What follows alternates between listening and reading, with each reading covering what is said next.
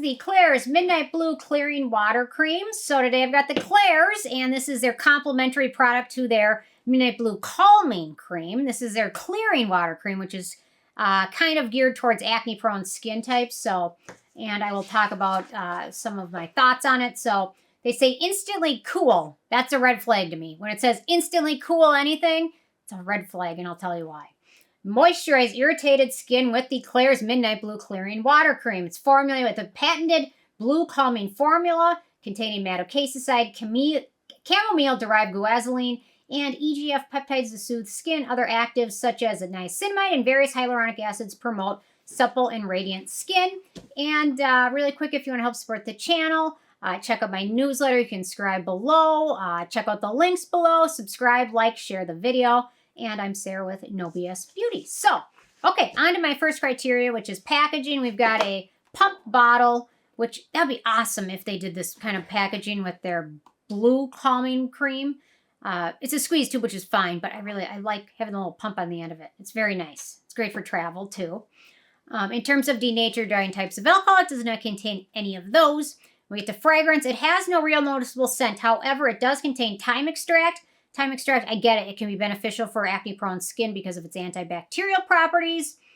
Thyme oil is very fragrant. The extract, not so much. However, we also have an ingredient called heart mint extract, which is the ingredient that gives it that cooling feeling when you apply it. So that cooling mint can kind of feel soothing, especially if your skin's itchy or irritated from breakouts or anything like that. But it can also be irritating, especially if your skin's sensitized or sensitive. So I'm not a huge fan of that. And typically products, when it says cooling, it's either going to be some sort of mint or peppermint oil, something like that, which generally for many types of skin is not going to be the best thing. Or especially like certain toothpastes for people that have sensitive skin, like around their mouth, can have issues from it. So anyway. Okay, the manufacturing location for this one is Korea, so no issues with that. So I've got a video of me applying it so you can see it. Here's also, so it's got a nice gel texture to it, which is nice. So let's see. So gel texture, a little bit of it goes a long way. It does have that cooling feeling on skin. So you can apply this to your skin morning or evening after cleansing, toning, and serums. Typically, I guess I would recommend this if you're going to have this in your routine as your daytime moisturizer. Complement. If you already use the calming cream, use this as the daytime complementary product to it. And if you use this in your morning routine, be sure to follow with a good sunscreen, makeup if you want. But mint, peppermint, mint extract, mint oils can make your skin more sensitive. I believe a lot of my melasma and hyperpigmentation was caused by using products with peppermint oil without enough sunscreen in my routine. So obviously had I change one of the two, my melasma probably won't be as bad as it is. Or maybe, who knows? Maybe that has nothing to do with it, but I believe I'm totally convinced that's what's happened to my skin. Okay, so it feels nice though. Sets to a kind of a natural finish that is just slightly tacky, but it's pretty smooth, and it does take a minute or so to soak in, but it does feel nice after that cooling feeling goes away. Yeah, feels nice. So, okay, no issues with that. In terms of beneficial ingredients in this one, so we've got a handful of them. We've got chamomile water, which is soothing. It helps with redness. We've got niacinamide, anti-acne, skin brightening ingredient. We've got arginine, which is a skin identical ingredient, also helps with barrier repair. We've got Allantoin, which is skin soothing. We've got Guaiazulene, which is a soothing and antibacterial ingredient, so it makes it great for acne-prone skin. We've got sodium hyaluronate, sodium acetylated hyaluronate, hydrolyzed hyaluronic acid, sodium hyaluronate cross polymer, hydrolyzed sodium hyaluronate, which are all humectants. Not super exciting, but they're humectants. We've got Madecassoside, which is a derivative from centella that has soothing, antioxidant, wound healing, and skin regenerating properties, which makes it great for irritated skin. We've got green tea, antioxidant, and soothing ingredient. Then we've got several different peptides. So we've got vascular endothelial growth factor, which is a cell signaling protein that helps stimulate the growth of blood vessels per the manufacturer's claims. Keep that in mind, the manufacturer is selling these, so we're taking their word for it. And I don't like to do that ever, but yeah, that's all we've got to go with.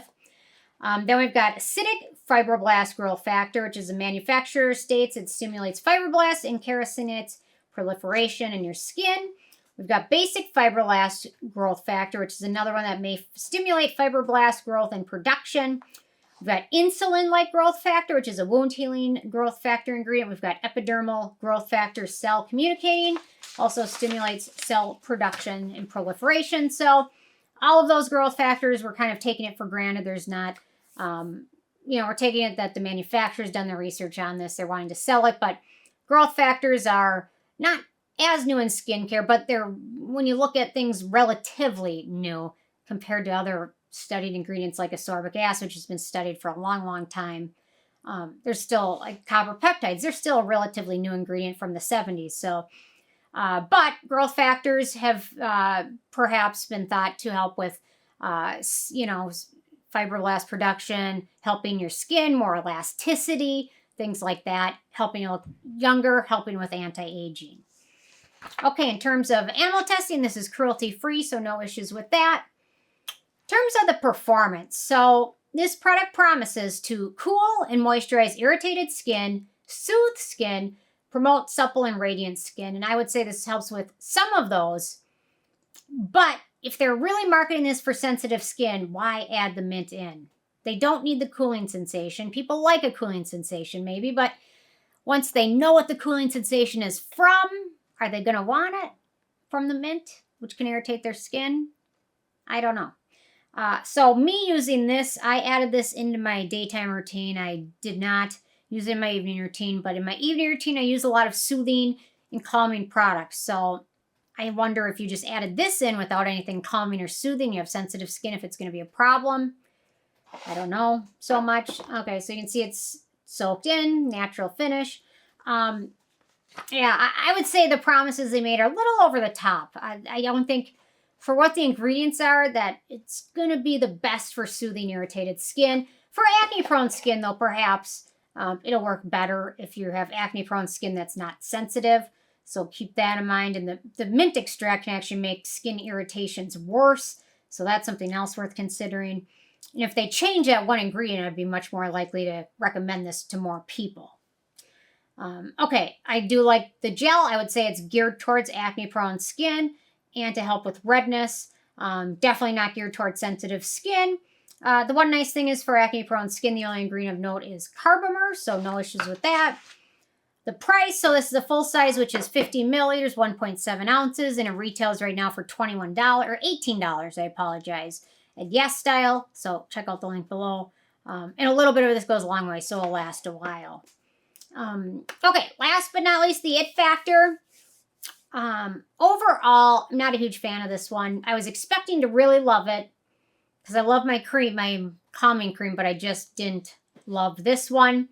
Wanted to, I would have loved to see more antioxidants and more soothing ingredients potentially. Yeah, their sister product is much better in my humble opinion. For some dupes and alternatives, we've got the Dr. G Blemish Clear Soothing Cream, which is another one I personally didn't love. We've got the Costa Baja Multi-Vita Moisture Cream, the Peking Yule Black Tea Enriched Cream, and the Cosnori Panthenol Barrier Cream are all some alternatives to this one. So let's see, with a 10 being a perfect score, this one is 7. You know, it's not exactly geared towards me, so you can factor that in as well. I mean, yeah, but that mint is a big issue that I just, yeah, if they had eliminated that, it'd do much better, I would say. So anyway, interested hearing from you guys if you had a chance to check this one out yet or not. And if you have what your thoughts are, leave a comment. Love hearing from you guys, and stay tuned for more tomorrow. Thanks so much. Bye, guys.